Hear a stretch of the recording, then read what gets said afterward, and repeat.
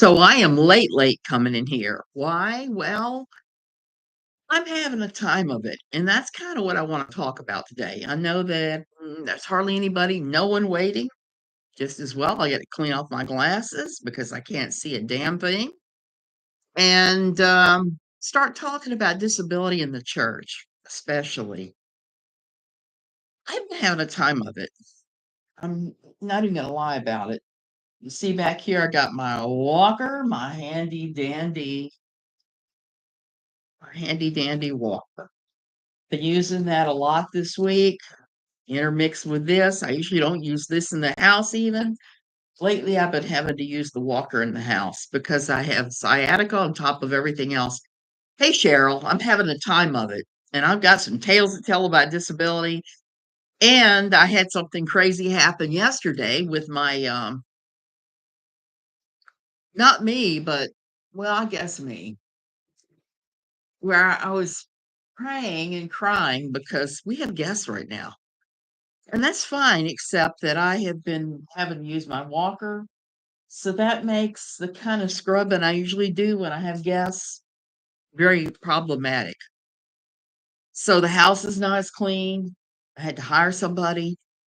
Um, my husband had to help, and I did minimal, but I did just a few little things. So yesterday I was getting ready for these people, and I'm crying and praying, and to myself, of course. And I started hearing the next 3 books I'm supposed to write, and the first one is about what the church needs to know about disability. So I'm announcing now I'm gonna be collating everybody's disability stories if they wanna tell them about what the church needs to know about disabilities. Last Sunday, I got called at the last second by my husband to drive these disabled ladies that he brings to church because he was hurting. He had flown out for a funeral the day before I'd picked him up. His flight had been canceled over and over again. He slept in airports. Crazy things happened, but he finally got home and he was sick. He brought me a cold back. He had it, I had it after a couple days. And he just said, I can't get out of the bed. Can you run these ladies to the church? And I said, sure, sure, sure. Got dressed, about like I am now, something super comfortable, super loose, and super Costa Rican beaches. Okay. Except I'm showing my bra now. And basically what happened was I hate using my walker at home because the need means I'm having deep issues with balance. Yeah, exactly. I was having deep issues with balance. That's why this bad boy is at my side. And I actually put a basket, another basket on the seat area because I just can't carry stuff. So yesterday, I'm pushing this thing around. I'm scrubbing as I can, making the bed, doing stuff that takes balance that I don't have. And oh, I'm sorry. I'm really out of it this morning. I actually left you at clean at running these ladies to the church. Running the ladies to the church.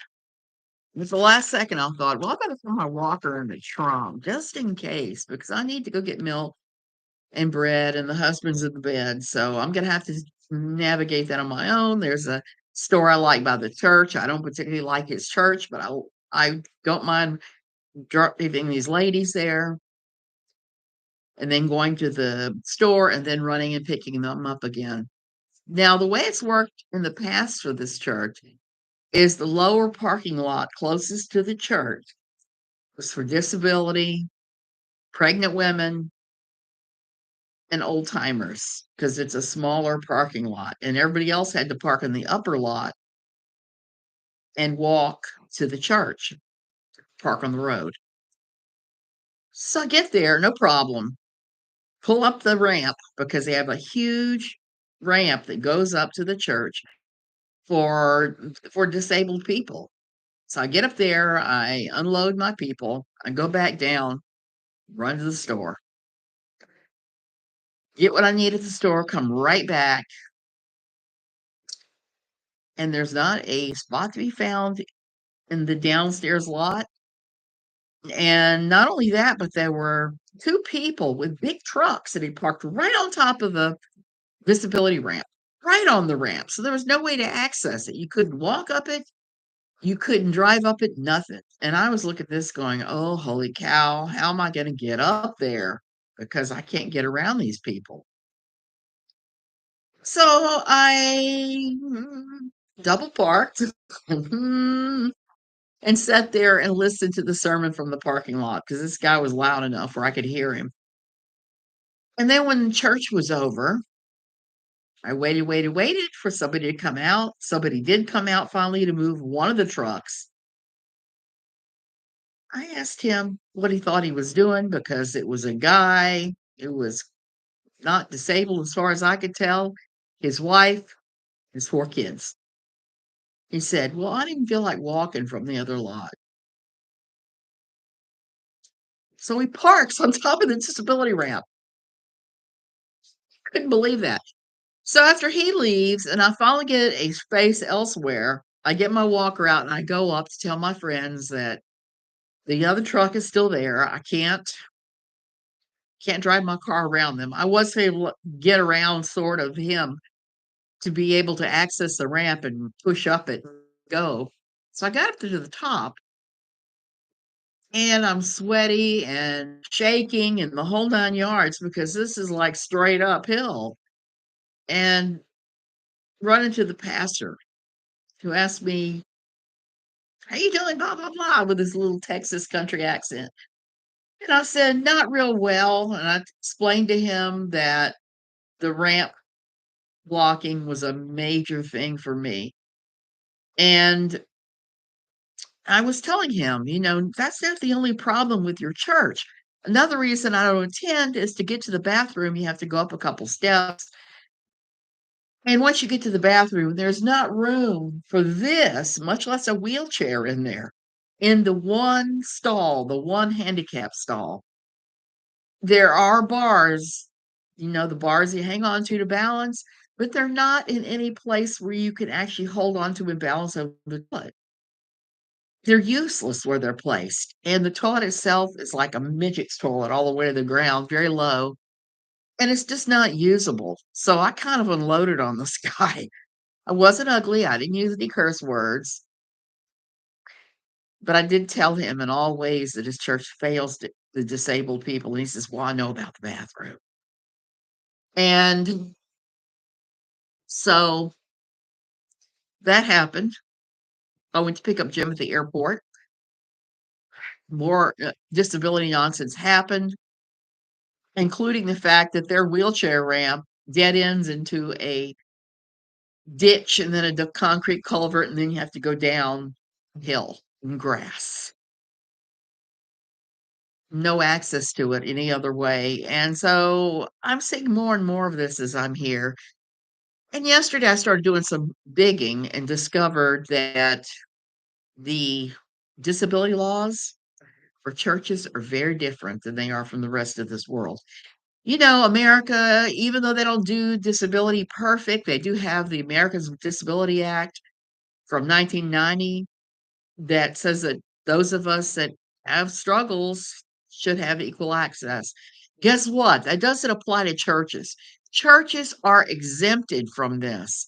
They do not have to accommodate anybody with disabilities at all because of their exemption, which I think if a church was going to be open, they should accommodate disabilities. They really should. My old Methodist church was pretty good about that, I think, from everything I've seen.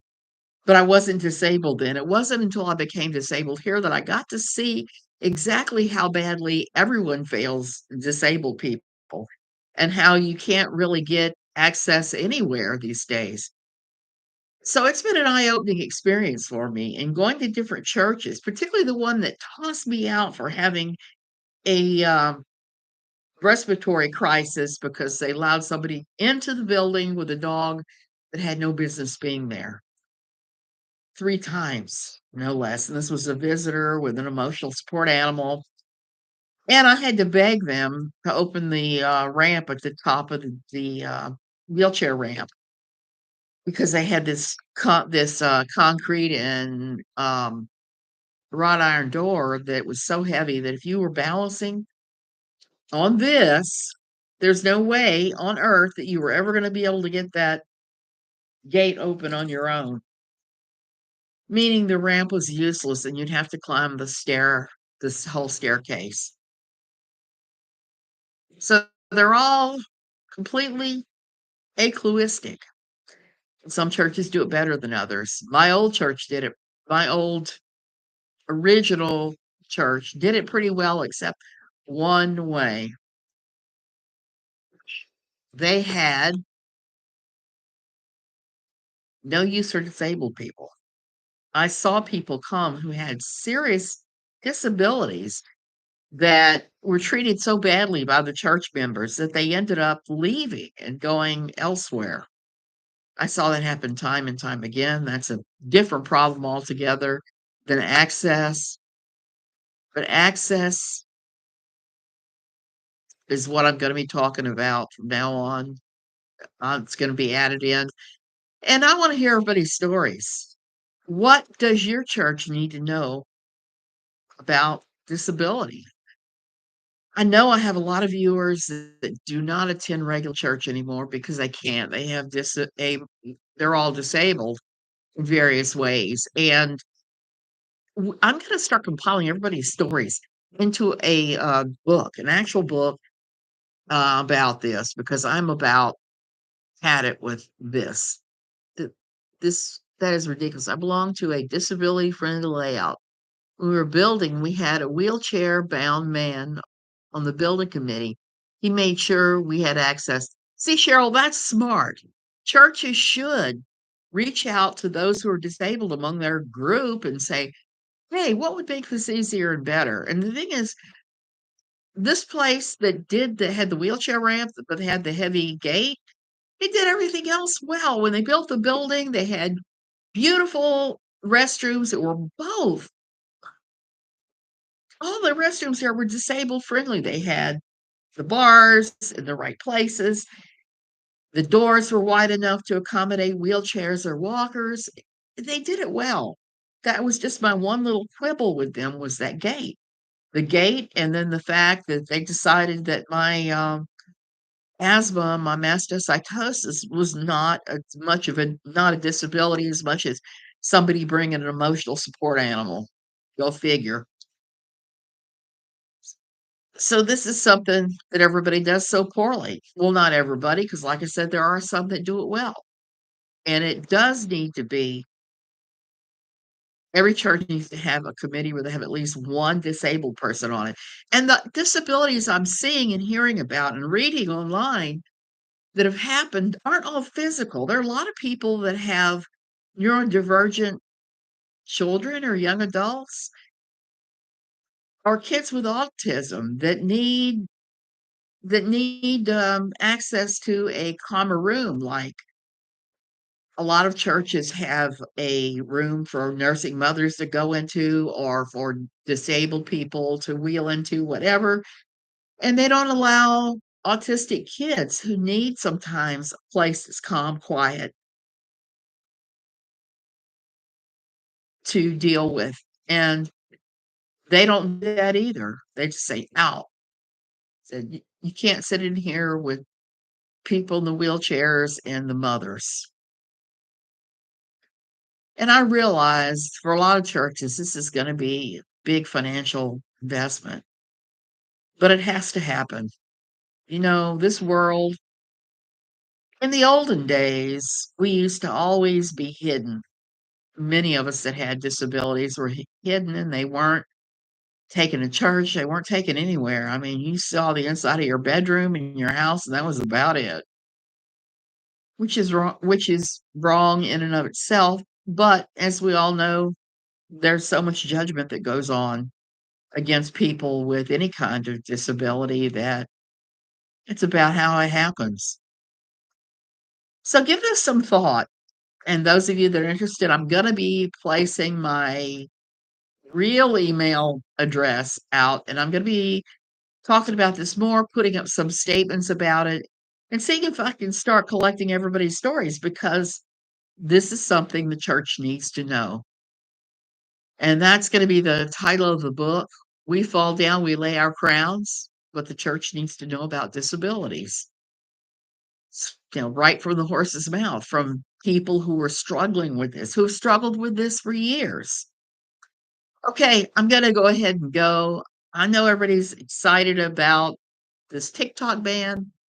I don't think it's gonna hold. I think in a day or two it'll be back. And this is just more ridiculous political theater. Now, everybody's asking me if I'm gonna be watching the inauguration tomorrow, but I'm gonna say no because our friends who are here for the Santa Cruz biggest festival in Costa Rica, where there's all these bands and things, they're here now. They're in my guest house. They leave tomorrow morning. Tomorrow afternoon, I have people showing up. Some friends of Jim's from DC, so I have to walk my unstable butt to the guest house and change sheets and change towels. Oh, and my dryer's dead. So that's gonna make everything a whole lot weirder for me because I cannot dry clothes except on a couple little folding lines, and I can't get a dryer quite yet because PriceSmart doesn't have the one I want yet. I'm waiting until they put their new appliances out, hopefully at the end of this month, and buying a new washer and dryer set. But for now, everything goes outside of the lines. I don't know how I'm gonna do it when I change out the sheets and the towels on Monday, except to say I'm gonna be washing and hanging out clothes all week. And the washer is also giving me some problems. So we'll see. You're skipping the clown show? I am too, but like I said, I'm gonna be doing the sheets and changing out the towels. I don't think I have to do too much else because it's pretty clean in both places. And, my Costa Rican son, Danny, is here with his girlfriend and her sister, and he always leaves my cabana very clean, so I don't anticipate I'm gonna have to clean much. So that's always good. Not watching the clown show myself. Love you guys. I am gonna go ahead and go, but that's why I haven't been on. I've had disability, interesting times. I fell down when my son was here, messed my feet up pretty badly. I had all kinds of cuts and bruises, and I found out last week I have a broken toe as a result of what I did to myself then, and that was just sheer stupidity. You're gonna sit and knit with music on. I may do that after I fold the clothes from yesterday that were on the line. I may sit and crochet. I'm working on some different things. So I'm gonna do that myself. But like I said, I had this horrible fall that took forever to recover from. I, um, am still dealing with ongoing infection in my arm. I would show you, but I don't know if you can even see it,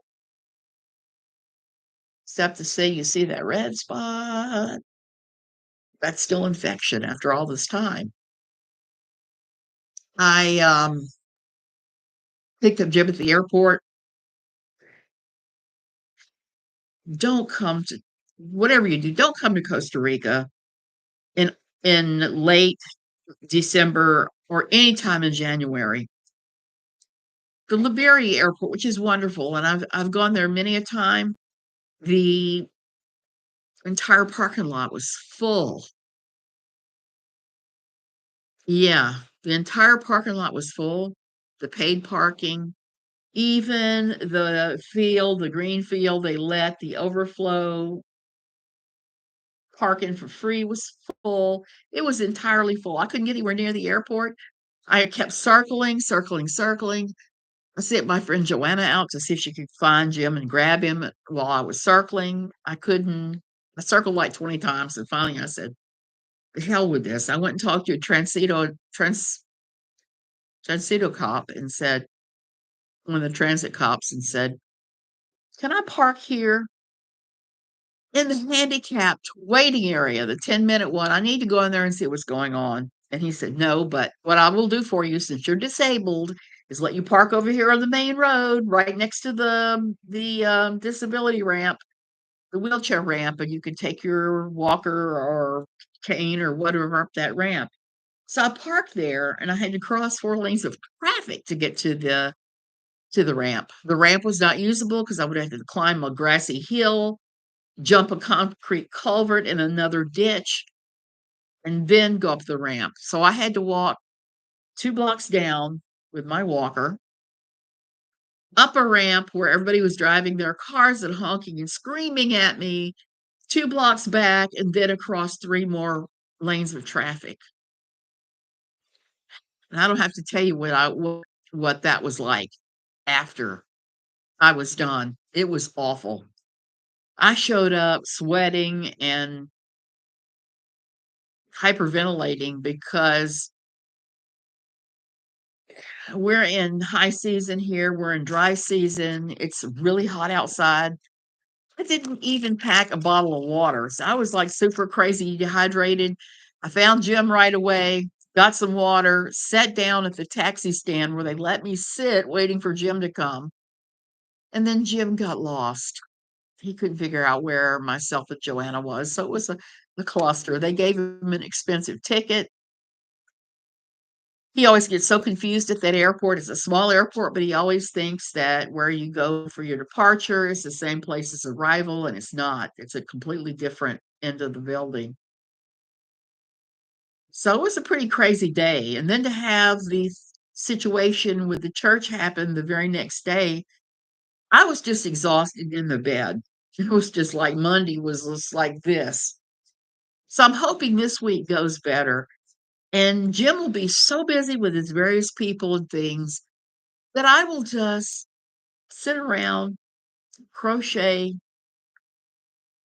and listen to music like you. Okay, I really am gonna go this time.